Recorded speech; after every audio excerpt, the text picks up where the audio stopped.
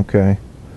Around 4:15, which is about a half hour from now, I've got some guys that are going to call in on the phone line from Old House Woods, and we're going to do a ghost report. So you and I only have about a half hour left here, but I think that's plenty of time for us to talk about what's bothering Tinfish, what does Tinfish want, how can my little audience help you get whatever it is you want. If you're trying to make it big in comedy, are you looking for a certain type of job or something out there? We can get the word around, man. We can make your life better through people caring. And I'm dead serious. I'm not trying to patronize you. I'm serious. I know. I'm just trying to...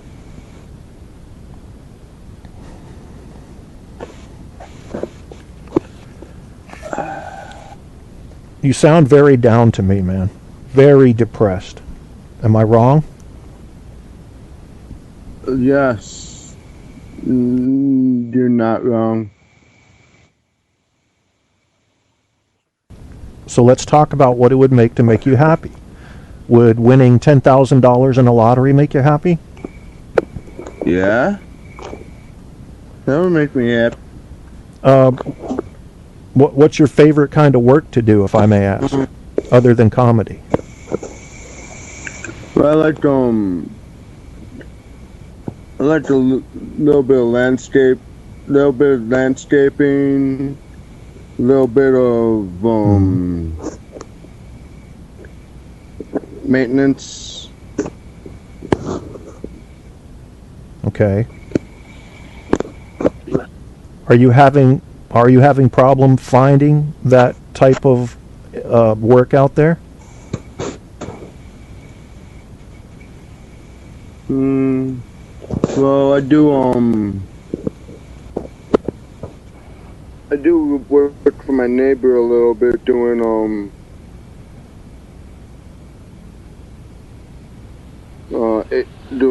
I'm a shop hand over at his heating and cooling company.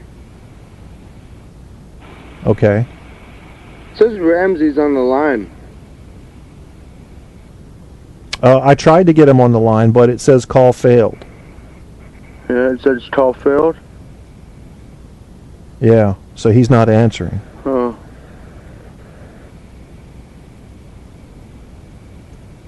Alright. I don't know.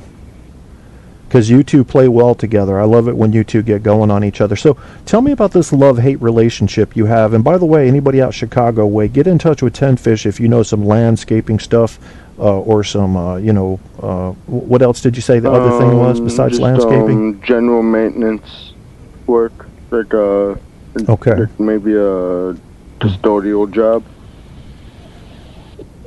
Okay, are you good with HVAC type work, like heating and air conditioning? Too, or do you not know about that? Okay. What about construction, general construction? Maybe. I mean. Okay. Well, if it helps you any, I don't know anything about those either. It's not my field. Yeah.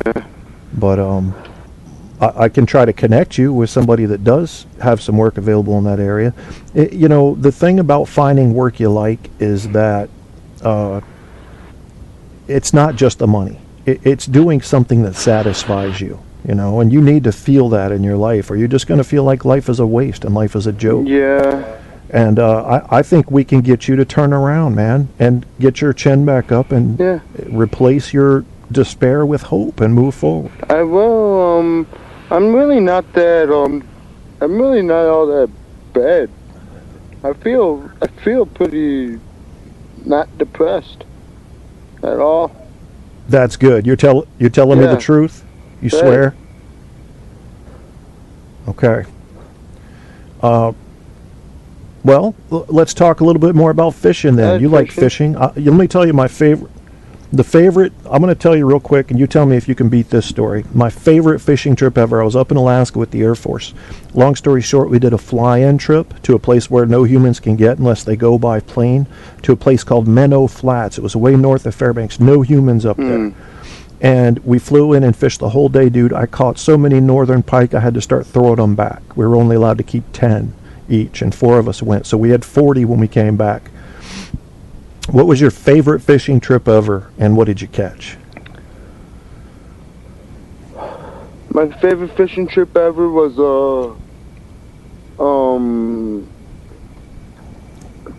trip I had to Canada, Lake of the Woods. Mm-hmm.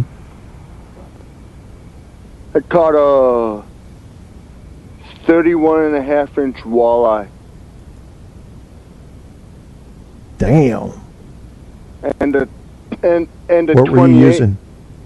And a 28.5-inch walleye. On the span of 15 minutes. Wow. What part of Canada was this? Do you remember? Lake of the Woods. Mm-hmm. This was and what were you using for bait? Ontario. It was a jig and minnow. Jig and minnow, okay. You know, I used to have a lot of hard time catching fish with lures till I went to a stocked pond up in Colorado called Rainbow Lake. So, of course, it was filled with rainbow trout. I finally got to use one of my favorite lures, which I think was called a Mepps White Lightning lure. Wow. And, God, I was yanking them in one after another. But, frankly, I think I could have tossed out my dick and I would have caught them because they were biting on anything. So, it wasn't... It wasn't a lot of skill involved. Look, a worm. Oh, no. Look, a worm. Oh, it's a fat one.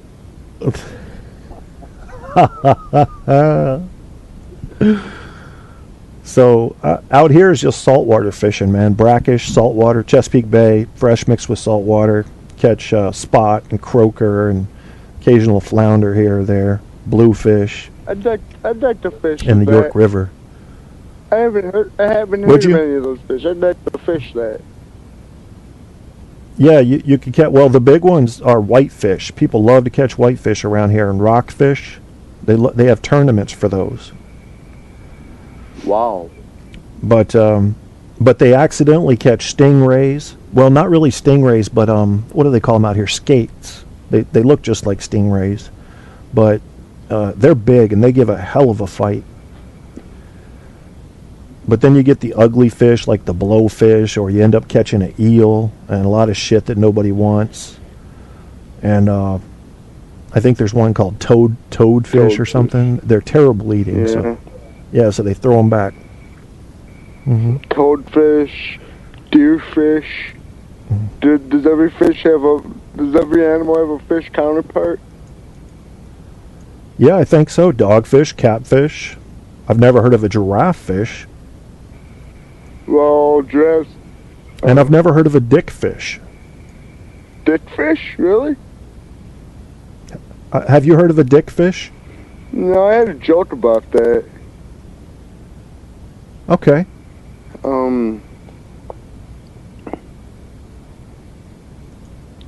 But I forget how it goes.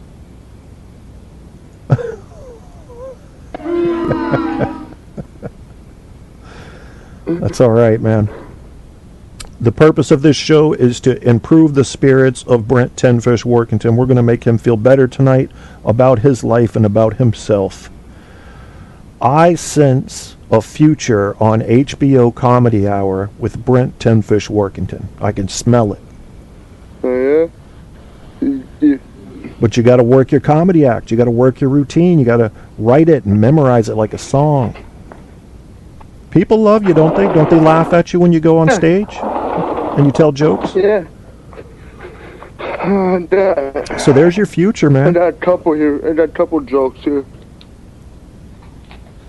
Okay. I just yeah, I'm coming.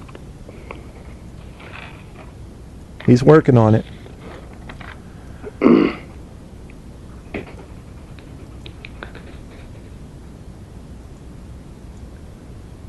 Ladies and gentlemen, presenting Brent Tinfish Workington. Huh?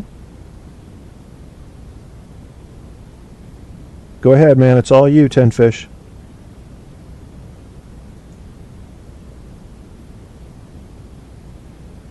Are you there?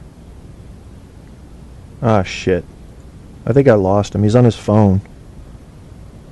We'll see if he calls back in.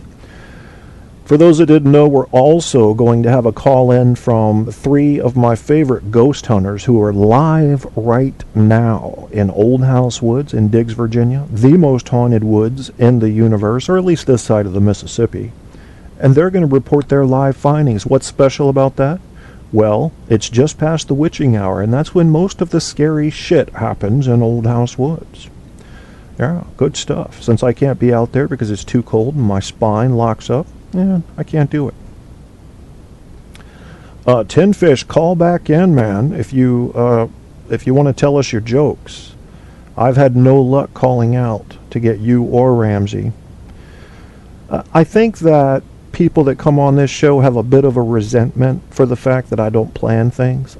I don't just put myself on the spot, I put others on the spot. And let's face it, in the same sense that people don't like change, they generally don't like surprises. They don't like having to perform when they've had no preparation time. Generally. I'm an exception to that rule.